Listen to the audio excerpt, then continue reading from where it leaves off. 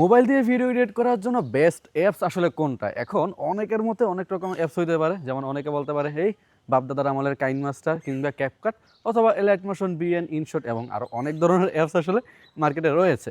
এখন আমাদের জন্য এই মোবাইল দিয়ে কীভাবে ইজি টু ইউজ ভাবে আমরা খুব সহজে এডিট শিখতে পারবো এবং প্রফেশনাল এডিট করতে পারবো। আর তার সাথে শেয়ার করব আমি মোবাইল দিয়ে আসলে এডিটের ক্ষেত্রে কোন অ্যাপস ব্যবহার করি। আর এগুলো শেয়ার করার জন্য আমি পারফেক্ট, কারণ আমি মোটামুটি ২ থেকে ৩ বছর একটানা এই মোবাইল দিয়েই ভিডিও এডিট করে কনটেন্ট ক্রিয়েশন করছি। তার সাথে বেশ ভালো পরিমাণে আর্নিংও হইছে। নাম্বার 1 হচ্ছে ভিটা। এখন এই অ্যাপসটা হয়তো অনেকে চিনে, আবার অনেকে চেনে না। কিন্তু আমার এই ইউটিউব চ্যানেলের ভিতরে মোস্ট ভিউয়েবল ভিডিও হচ্ছে ওইটা, এই যে ভিটা অ্যাপস আর কি। একটা ক্যাপকাটের সাথে কম্প্যারিজন করছিলাম। ক্যাপকাটের অল্টারনেটিভ হিসেবে চাইলে এটা ইউজ করতে পারেন।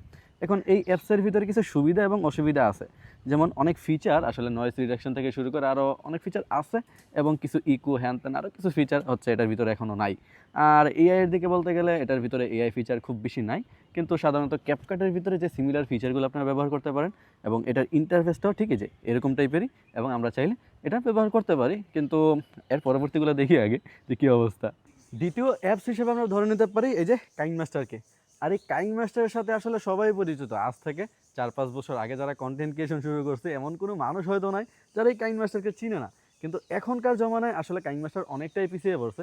আসলে সময়ের সাথে সাথে নিজেকে যদি আপডেট না করা যায়, তাহলে এটা হচ্ছে জ্বলজ্বন্ত প্রমাণ যে ফ্রেম থেকে হারিয়ে যেতে হয়। ঠিক কাইনমাস্টারের অবস্থা ঠিক এরকম একটা।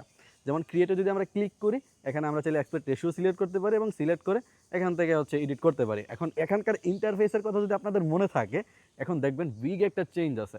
মোটামুটি ক্যাপকাটের সিমিলার টাইপের যে একটা ইন্টারফেস আছে, এখন ঠিক সিমিলার টাইপের ইন্টারফেস এটার ভিতরেও দেখা যাচ্ছে। এখন আমরা চাইলে এটার ভিতরেও মোটামুটি একদম বিগিনার লেভেল থেকে অ্যাডভান্স লেভেল পর্যন্ত এডিট করতে পারি। কিন্তু এটার মধ্যে কিন্তু আপনাকে ওয়াটারমার্কটা রিমুভ করার জন্য তাদেরকে টাকা দেওয়া লাগবে। তার মানে বুঝছেন, ওই যে প্রো ফিচার আর কি। এখন এটাতে তো ইউজ করে আসলে খুব বেশি কমফোর্টেবল হবেন কিনা আপনারা জানি না। যারা পেমেন্ট করতে চান তারা চাইলে কাইনমাস্টার ব্যবহার করতে পারেন এখনও। আবার অনেকে হচ্ছে আগের যদি কোনো রিশতার ভালোবাসা থাকে কাইনমাস্টারের সাথে, তখন তারা চাইলে আবার এই কাইনমাস্টার এখনও ব্যবহার করতে পারেন। স্লো মোশন থেকে শুরু করে ইফেক্ট, হ্যান ত্যান, এভরিথিং মোটামুটি। আর লেয়ারিংয়ের কাজটা খুব ভালোভাবে করা যায় কাইনমাস্টারে। তবে তারপরের অ্যাপস হিসেবে আমরা ধরে আনতে পারি ইনশটকে। এখন এই ইনশটের সাথেও মোটামুটি অনেকে পরিচিত। ইনশট খুব ইজি টু ইউজ একটা অ্যাপস, এবং এর ইন্টারফেসগুলো আসলে খুব ইজি, এবং এটাতে খুব সহজে এডিট করা যায়। যারা প্রথম এডিট শিখতে চায় তাদের জন্য আমি প্রেফার করবো যে এটা মোটামুটি একটা পারফেক্ট একটা অ্যাপস। কারণ এখানে ইন্টারফেসগুলো খুব ইজি, এবং আপনি সহজে বুঝতে পারবেন কোনটার পর কোনটা কী কাজ করা লাগবে। আর এডিট মূলত ডিপেন্ড করে যে আপনার স্কিলের উপর, আপনি কোনটার পর কোনটা করলে মূলত আপনার ভিডিওটা সুন্দর হবে। এডিটিং স্কিলের উপর মূলত এডিট ডিপেন্ড করে, এডিটিং অ্যাপসের উপর ডিপেন্ড করে না। আপনাকে যে কোনো টাইপের একটা অ্যাপস দিলে আপনি এডিট করতে পারবেন। শুধুমাত্র চেঞ্জেস থাকবে হচ্ছে কিছু অ্যাপসের ভিতরে অনেক ধরনের ফাংশন থাকে, আবার কিছু অ্যাপসের ভিতরে হয়তো সেই ধরনের ফাংশনগুলো থাকে না। এখন ইনশটের ভিতরে একটা মজার ব্যাপার আছে, সেখানে হচ্ছে ওয়াটারমার্ক একটু আপনি রিমুভ করতে পারবেন কীভাবে জানেন? শুধুমাত্র অ্যাড দেখে। হ্যাঁ, তাদের একটা অ্যাড আপনার সামনে শো করবে, এবং এটাতে দেখে ক্রসে দেওয়ার পরেই আপনি এই ভিডিওটাকে সেভ করতে পারবেন। তার মানে হচ্ছে ওই টাকা পয়সা দেওয়া লাগতেছে না ভিডিও সেভ করার জন্য আর কি।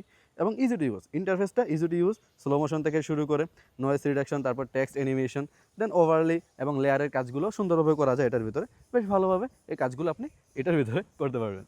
৪ নাম্বার অ্যাপস হিসাবে আমার কাছে আছে ফিল্মোরা। এখন এই ফিল্মোরা আমরা সবাই জানি যে ল্যাপটপ এবং পিসিতে যারা ভিডিও এডিট করে তারা মূলত ফিল্মোরা ইউজ করা থাকতো। কিন্তু রিসেন্টলি এই ফিল্মোরা আপনাদের মোবাইলের জন্য অ্যাপস লঞ্চ করছে, এবং এটা বেশ ভালো দিনই হয়েছে লঞ্চ করছে, কিন্তু তখন বেশি অ্যাডভান্স ফিচার ছিল না। এখন মোটামুটি অন্যান্য অ্যাপসের ভিতরে যে ফিচারগুলো নাই, তাদের কাছে একটা অ্যাডভান্স ফিচার আছে। সেই ফিচারটা কি আমি আপনাদের বলি।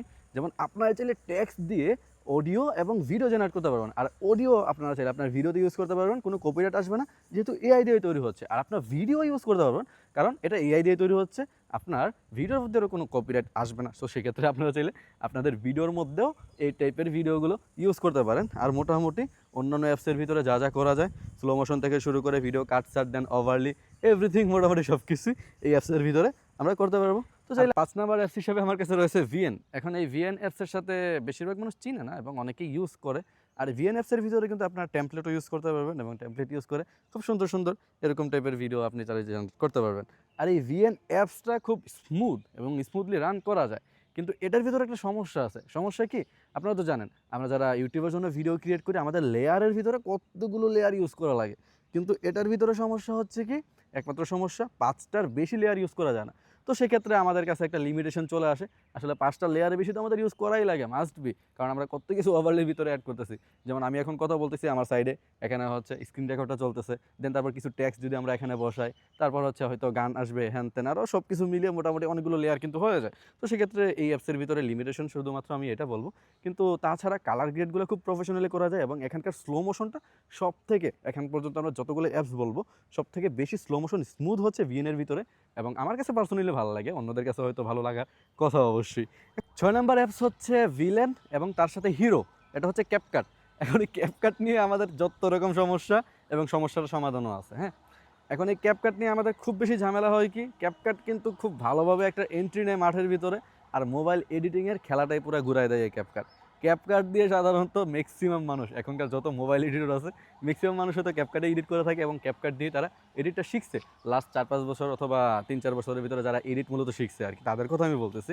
এখন আমি নিজে অনেক ভিডিও এডিট করছি, আমার মোবাইলে এডিট করা ম্যাক্সিমাম ভিডিও হচ্ছে ক্যাপকাট দিয়ে এডিট করা। আর ক্যাপকাটটা খুব বেশি প্রফেশনাল এখনকার জমানায়, কিন্তু খুব বেশি দুষ্টও, কারণ আমরা ছোট ছোট ফিচারগুলো এখন আস্তে আস্তে প্রো হয়ে গেছে। প্রথম যখন এই ক্যাপকাট লঞ্চ হয়, এই ফিচারগুলো কিন্তু সব কিছুই আনলক ছিল এবং খুব সহজে ইউজ করা যেত। হয়তো কিছু ফিচার ছিল না, এই যে ফিচারগুলো এখন রিসেন্টলি আসছে, এটা দিয়েও ভিডিও জেনারেট করা যায়, ছবি জেনারেট করা যায়, আর অনেক কিছু জেনারেট করা যায়, এবং টেমপ্লেটের যে ফিচার, এগুলো খুব আগে ছিল না, কিন্তু টিকটকের সাথে কোলাবরেশন করার পর এই অ্যাপসটা খুব বেশি প্রফেশনাল হয়ে যায়। তার সাথে আমরা যারা ইজিলি ইউজ করতে পারতাম, যারা ফ্রি ইউজ করতাম, তাদের জন্য একটু সমস্যার কারণ হয়ে দাঁড়ায়। এখন আমরা চাইলে এখানে সমাধান হিসাবে কি আমাদের কিনে নিতে হয় এবং টাকা খরচ হয়। আরেকটা মজার কথা বলে দিই, আমি কিন্তু আমার এডিটিং ম্যাটেরিয়াল এবং সব কিছু আমার টেলিগ্রাম চ্যানেলে প্রোভাইড করে থাকি, আর টেলিগ্রাম চ্যানেলে আপনারা জয়েন হয়ে থাকেন, আপনাদেরই ফায়দা হবে। আর 7 নাম্বার অ্যাপস হিসাবে আমরা টেনে আনবো এখন এলাইট মোশনকে। আর এই এলাইট মোশনই মূলত মোবাইল এডিটের যাত্রাটাই পুরো চেঞ্জ করে দিয়েছে। আর আমি নিজেও এলাইট মোশন খুব বেশি ইউজ করে থাকি। আর এলাইট মোশন মূলত কী কাজে আসে, এলাইট মোশনের ইন্টারফেসগুলো কিন্তু খুব বেশি হার্ড। এখন পর্যন্ত যতগুলো অ্যাপসের কথা বলছি সবগুলোই বলছি খুব বেশি ইজি, একটু ট্রাই করলেই শেখা যায়, একটু ট্রাই করলেই হয়ে যায়, বা কয়েকটা টিউটোরিয়াল দেখলে হয়ে যায়। কিন্তু এলাইট মোশনের ক্ষেত্রে আপনার ইফেক্ট থেকে শুরু করে সব কিছু মূলত ম্যানুয়ালি করা লাগে, এবং কিফ্রেম ইউজ করা লাগে, আর এভরিথিং। কিন্তু জিনিসটা খুব প্রফেশনাল, মোটামুটি পিসির ভিতরে যেরকম টাইপের একদম স্মুথলি এডিট করা যায় এখানেও করা যায়, কিন্তু লেয়ারের একটু ঝাঁঝামেলা আছে। প্রত্যেকটা কাটের সাথে সাথে একটা একটা করে লেয়ার অন হয়, এখন এইগুলো একটু বিরক্তিকর হইতে পারে। কিন্তু আপনি যখন এই এলাইট মোশনের এডিটগুলো শিখে যাবেন, তখন আপনি খুব বেশি প্রফেশনাল কাজগুলো এলাইট মোশন দিয়ে করতে পারবেন। আর আমি নিজে কোন কোন অ্যাপস ব্যবহার করি সেটা শোনেন। আমি নিজে মূলত ক্যাপকাট এবং এলাইট মোশন মিক্স ইউজ করি। যেমন আমার যখন যেটার কাজে লাগে, মানে মোবাইলে ভিডিও এডিট করার ক্ষেত্রে আমি বেশিরভাগ সময় ক্যাপকাটের ভিতরে ভিডিও এডিট করি, এবং বিরলের ক্ষেত্রে আমার কোনো কিছু দরকার লাগলে তখন মূলত এলাইট মোশন থেকে সেটা এডিট করে নিয়ে এসে সে ট্রানজেকশন অথবা হয়তো কোনো ভিডিওটা ইউজ করব, এবং সেটা আমি এডিট করে নিয়ে এসে মূলত আবার আমার মেইন ভিডিওর ভিতরে বসাই দিই। তো আমি মিক্স ইউজ করি, মানে ক্যাপকাটটাও আমার ইউজ করা হয় এবং এলাইট মোশনটাও ইউজ করা হয়। আর এতক্ষণ যেহেতু এত বড় একটা ভিডিও আপনারা দেখতে পাচ্ছেন, তার মানে সবাই মোটামুটি কন্টেন্ট ক্রিয়েটর অথবা ভিডিও এডিট নিয়ে আপনাদের আগ্রহ বেশ ভালো লেভেলেরই আছেন। এই ভিডিওর ভিতরে আমি শেয়ার করছি মূলত প্রথম কন্টেন্ট ক্রিয়েশনের ক্ষেত্রে, অর্থাৎ ইউটিউব জার্নির ক্ষেত্রে মূলত কী ভুলগুলোর কারণে মানুষকে আসলে পিছিয়ে যেতে হয়। আপনারা চাইলে ওই ভিডিও দেখে আসতে পারেন। আপনাদের সাথে দেখা হচ্ছে এই ভিডিওতেই।